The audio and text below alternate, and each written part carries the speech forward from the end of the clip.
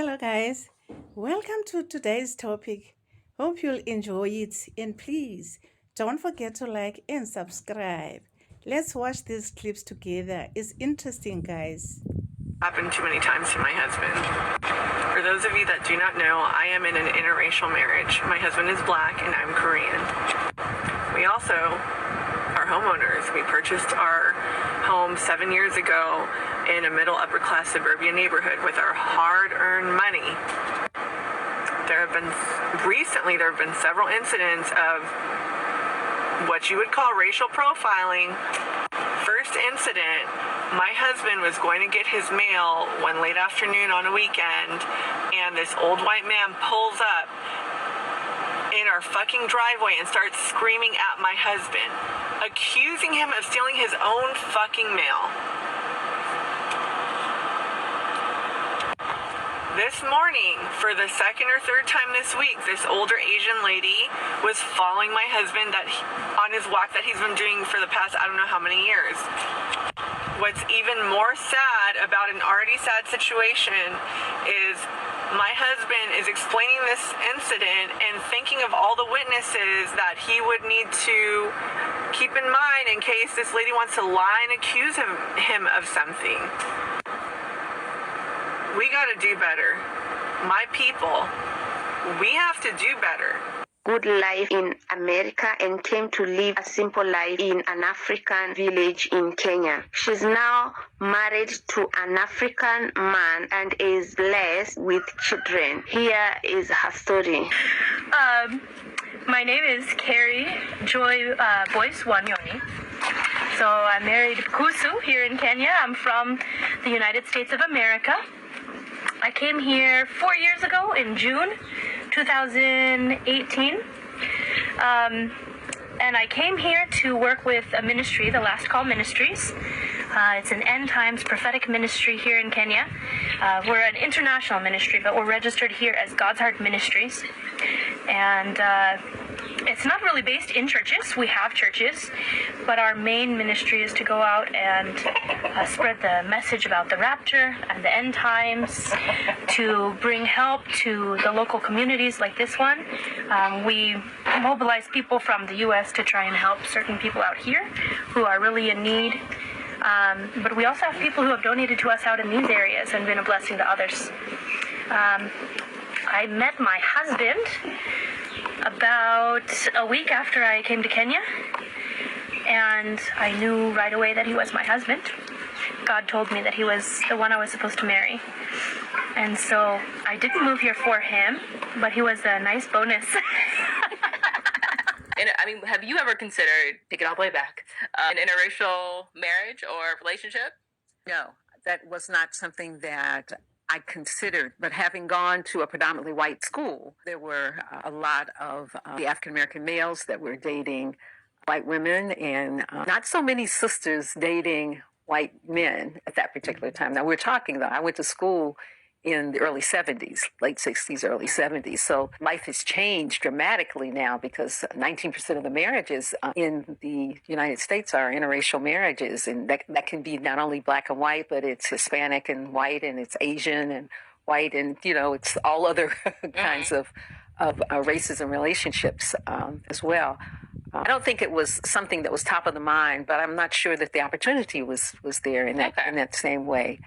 Now, later in life, as I have taken a look at the children of family and friends, I've seen a lot of interracial dating, a lot of interracial marriages. And Probably particularly with my generation. so, yes, absolutely. Well, your husband, as a matter of fact. Yeah, well, I didn't know that I was entering into an interracial marriage when I married my husband. I'm not sure that our viewers and listeners would know what that means if you say, I didn't know. I really did. I just didn't think about it in this way, but I should have known better because I know that black people are not a monolith. Right. And so, but when I think of the black experience, I'm thinking of my own experience, my own family experience. And so I'm thinking about the black church experience. I'm thinking about learning the black national anthem before I even learned the American national anthem. I'm thinking, some of those things that are rooted by it. So I'm married to a black man. Okay, I get totally what you're saying, and I say that too. Like, I'm like, honey, if you don't teach them the language, I won't, because I don't speak it, right? But this is where I don't fully agree with you, but I'm thankful for your comment. I am with the children way more than my husband. So if I raise them strictly in American culture, they are going to lose a lot of things being raised by me. And I want them to be fluent in both sides and their own lane, right? So I purposely have immersed myself in his family's culture so that I am able to raise our children together the way that we want them to be. I mean, not the way we want them to be, but we want to educate them in their African culture, and so that they can have it on both sides. But I totally agree with you. I just think like moms are with their kids a lot more. So I try to do both if that's possible. Love you. We are back today with another story for you guys. So one of my patients asked me, I didn't know you married a black man. And then proceeded to say, so you didn't think you could find anybody else? And she's telling me all this. I'm like, what? I'm 6'3", I'm athletic, I'm a good father. I said it has nothing to do with race or anything at all. We share the same beliefs, we love each other, and I really was kind of caught off guard. Quick story on how this white girl grew up in a completely white town, not taught anything but white. Let's get into it. Grew up in a very small town in Iowa, and its name is Storm Lake. This small town in Iowa, as I was growing up, I only saw white people. There were not any people of color in school. Wait, yes, there was. There were 2 black guys, and they were adopted from one family.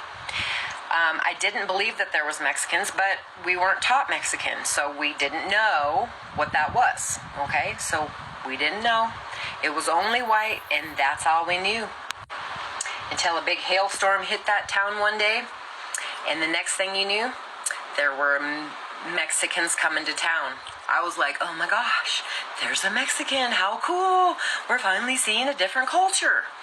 And then the Asians started to come slowly but surely, because in this town, there was a pork plant and a turkey plant. So there was big manufacturing companies for people to come to this town and work. So slowly, in my teenage years, I started seeing some Mexican, some Asian, and then I never saw black. But ironically, me and my best friend cruising around this small town one day, we call it cruising the loop, we actually saw this big, buff, beautiful, handsome, muscular man. And I was like, oh my God, girl, look at that guy. And we're all like, oh my God, and he's so tan, blah, blah, blah, blah, blah. So later that exact same day, we saw this beautiful tan man at a bar and discovered that he was not tan. He was black. But my God, was he beautiful. I actually married that first black man that I ever saw and didn't even realize he was black. I learned a lot from marrying and falling in love with this black man. I loved the culture. I loved how I loved all people. I loved just the way that they lived versus white. I mean, I'm sorry, people, but black guys, they got it going on, and they have a lot better parties, if you know what I'm saying. So the reality of this little blast from the past of mine is I got out of this little small town. I explored the world. I have learned that people are people, and you don't have to be white to make it. You can be black and be a happy person. You can be Asian. You can be anything. And they all are amazing cultures. So the people that are still stuck in this small town and they're little mega freaks, they haven't understood or had the opportunity to be able to see what the world really is, instead of just a boring little white people town. I already knew I had him because there was simply no competition out there for me. But let's just look at it objectively. You had this average Black American guy who now was able to choose between what he was dealing with before and somebody completely new. And let me tell you, the moment I stepped into that man's life, he really didn't know how to deal with my femininity because I was not loud. I was not screaming. I was not trying to, be louder than him. I didn't interrupt him because that's not something that I learned from home. If somebody would speak, and especially a man, you would let that man speak and then you would listen and then say whatever you have to say, right? So I was clean. I cooked. He didn't know what it was when a woman is actually in the room asking him, like, do you want something to drink? Before I got myself something to drink. Do you want something to eat? Before I started to eat my food, I would ask him, do you want to have a bite? I would come out of nowhere and just have a fruit bowl and just offer him some fruit. He didn't know none of this. So my husband, back then boyfriend, really thought this was a dream come true. He didn't know how to deal with none of this because all this me coming through, just being nurturing by nature, his peoples and his family didn't even do that for him. Like the family, there is no family unit. The average family, especially Black American family, has barely a family unit. There is no breakfast, lunch, and dinner at set times. And these are things that I introduced my husband to with my family. Hi there. I know my hair looks great. I dyed it and pressed it out. Ooh, she's so cute. It's actually like a burgundy black. When I go in the sun, I think the burgundy will show more. But my man is graduating from a training that he's doing tomorrow. So your girl wanted to look a little cute, She wanted to do her hair and thing. Anyways, let's answer this comment. I like this comment because I always love when I'm given the opportunity to talk about how I grew up in a what I would assume is a normal and ideal home, at least when it comes to this type of stuff. Before I tell you what their reactions were, let me just tell you a little bit of who my parents are. Both of my parents were teachers in the government system. My father would have left Guyana and taught in the Caribbean islands for some time. So most of his career he spent teaching children in and out of Guyana of all different walks of life and ethnicities. Not only was he able to experience a wide variety of ethnicities outside of Guyana, but he was also able to experience different cultures and be very welcoming to different cultures. My mom taught her entire life in Guyana. She worked for decades as a teacher and head teacher at different parts of her career in public schools in Guyana. She retired and she is still teaching at the Government Technical Institute. She is a part of a very interesting program where they take people who would have dropped out of high school or maybe didn't even get the opportunity to go to school, and they try to train them and give them basic education such as math, English, and then enroll them in a certain training that they can then use to make money in a very applicable job in the Guyanese society. For example, electrical engineering, welding, office administration, etc. My father is deceased, as many of you know. He recently passed from cancer, and both of my parents throughout my entire life have had such a love for education, educating the nation's children. My parents love people, they love talking, they love learning, and they've always encouraged us to love people, love talking, that's why I talk so much, and to love learning. And that's why I'm so passionate about education, and I always ensure that I encourage everyone I meet, no matter where you're at in life, no matter what cards life would have dealt you, ensure you become educated. Being educated doesn't mean you have to go to UG and get a degree. Being educated means that you have a passion for learning, and that no matter what, you put your best foot forward in ensuring that you are learning something at the end of the day.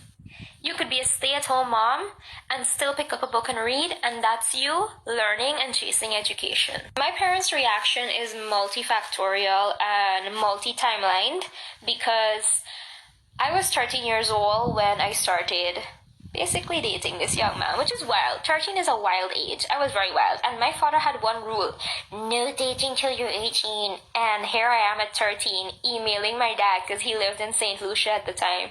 I'm like, Dad, I like a boy. And he's like, God, what are you talking about? You're a child. You're 13. And I'm like, yeah, I know, but I really like him. And my dad is like, okay, baby girl, listen. Here's the new deal. If you can maintain your grades and I don't see any major changes in your grades at the end of your terms at school, then you can have your little boyfriend. And I'm like, okay. He didn't ask me anything. He didn't say, was this boy, who is he, was he ethnicity, we look like, nothing. He didn't want to know anything. He just said, be careful, be happy, and keep your grades up. My mom was obviously very annoyed because she's a mom and I'm a little girl child, so she's like, what the ass?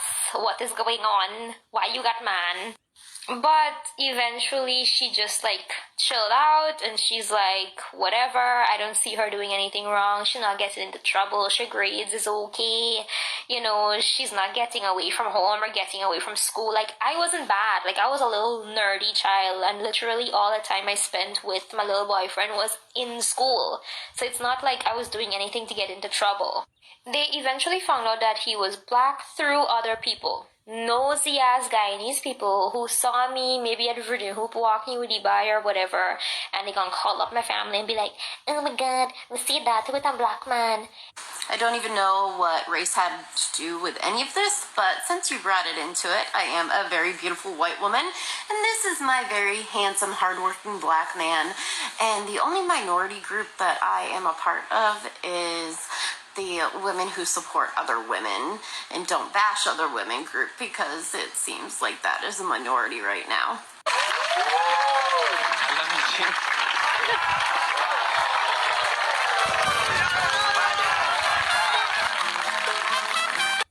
Okay, so I keep seeing a video about black men being married to white women because it's easier. I've been married 25 years to a black man. My husband knows I don't play none of that shit. None of it. Like, coming home late, us going anywhere without each other, we go with each other. I mean, I don't care if he goes out. I'm not a jealous person or anything like that. But I'm not dealing with no bullshit. I see some videos where people saying white women let you get away with all this, and hell no. My husband ain't getting away with shit. And anything he does, I'm gonna fucking bring it to his attention. Like, that's why he fell in love with me. That's what he says all the time. I'm not going to let him get away with shit. And that's what he likes. Like, maybe some white women are like that, but I'm not the fucking one. I'm not the one. We've been together a long ass time. I'm not dealing with no disrespect. My husband's never put his hands on me. My husband's 6'4", and he has pissed me off, and I have smacked the shit out of him before. He has never put his hands on me, even after that. Cheating, I'm not fucking dealing with that shit. We have both our passwords to our phones. We leave our phones. I wish my husband would be carrying his phone every fucking where, because I'd be looking through it. And we'd have a fucking problem. Like, people saying it's white women. It's not white women. It's the person. It has nothing to do with them being white or black. I've seen black women deal with a bunch of shit too. Like, it's crazy as shit. Like, it's the person. It has nothing to do with white or black. It has to do with what the fuck your tolerance is and what you're gonna deal with. Like, this shit is getting on my nerves bad about the white and black thing. Like, ugh. Once you go black, you never go back.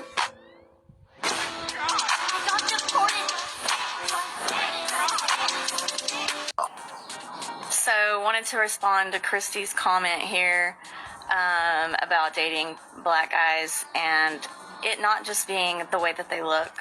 And I've tried to, explain this on my platform, and some people just don't get it. They just think it's a superficial thing. They think it's a novelty. They think it's just to get attention. And for me, it's not. I've literally been decades with a black man, and it's not about the superficial things that you see about them. It's all of it. It's everything with the black culture, you know, music, food, just like she's saying, church. The two churches that I still go to this day are both black churches. I attend the Lighthouse in Houston. I am so happy that that is one thing we got from COVID is the churches live streaming the sermons, because I attend Tuesdays and Sundays, and I absolutely love attending that church. I also follow the Potter's House and have been, and I love that church. And you know, I've been to some of these non-denominational churches that are, you know, mixed diversities, but they just don't hit me the way that these other churches do. And I love that about the black culture. Like, it's just great to see people really bonding through God and not being afraid to open up and be themselves. And I'm not saying that other churches don't do that. It's just, I feel at home there and welcome, and it doesn't matter what color my skin is. It's just everyone loves each other, and we're there to praise God as one, and it's beautiful. The way the family dynamic is, you know, how highly respected the mothers are in black culture. You know, like, I just love when men absolutely love their mother. I mean, it's so just beautiful. And okay, he can be a mama's boy, but at the end of the day, if that man loves his mom like that, just imagine how he's going to love you. And I mean, that says a lot to me. And then when you see a man that just absolutely adores his children. As we hear one of the ladies say, she likes everything about black culture, like food, music, and church. She mentions that her husband adores their children, loves his mother as well. That reminds me of when my mother used to say, honor your mother and your father so that you may live long in the land the Lord is giving you. It's clear that white women appreciate their black husband.